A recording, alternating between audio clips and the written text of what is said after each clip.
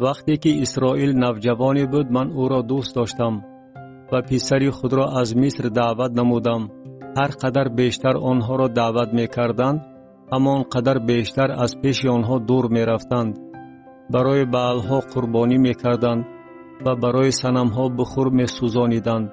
و حالان که من افرایم را به پا خیزانیده به راهروی عادت کناندم، بر بازوهایم او را برداشتم، ولی آنها ندانستند که من آنها را شفا دادم.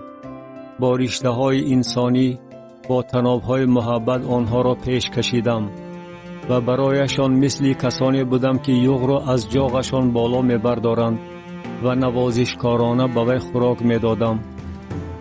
به زمین مصر نخواهد برگشت ولی اشور پادشاه اوست، زیرا که آنها نخواستند رجوع نمایند و شمشیر در شهرهایش چرخ زد و دیهاتی ورا محو کرد و آنها را به سبب دسیسه هاشان فرو برد. و قوم من هنوز مایلند که به من عاصی شوند و هنگامی که آنها را به سوی خدای تعالی دعوت می نمایند آنها با یک جایگی بلند نمی شوند. چگونه تو را تسلیم کنم ای افرایم؟ چگونه تو را بسپارم ای اسرائیل؟ چگونه تو را مثل ادما تسلیم کنم، مثل سبوئیم واژگون سازم؟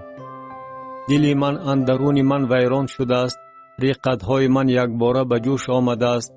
بر حسب آتش غضب خود عمل نخواهم کرد و محو کردن افرایم شروع نخواهم نمود، زیرا که من خدا هستم و نه آدمی زاد. در میان تو قدوس هستم و در اوج غضب نزد تو نخواهم آمد. خداوند را آنها پیروی خواهند کرد. او مثل شیر نعره خواهد زد. وقتی که او نعره زند فرزندان از آن طرف بر خواهند شتافت.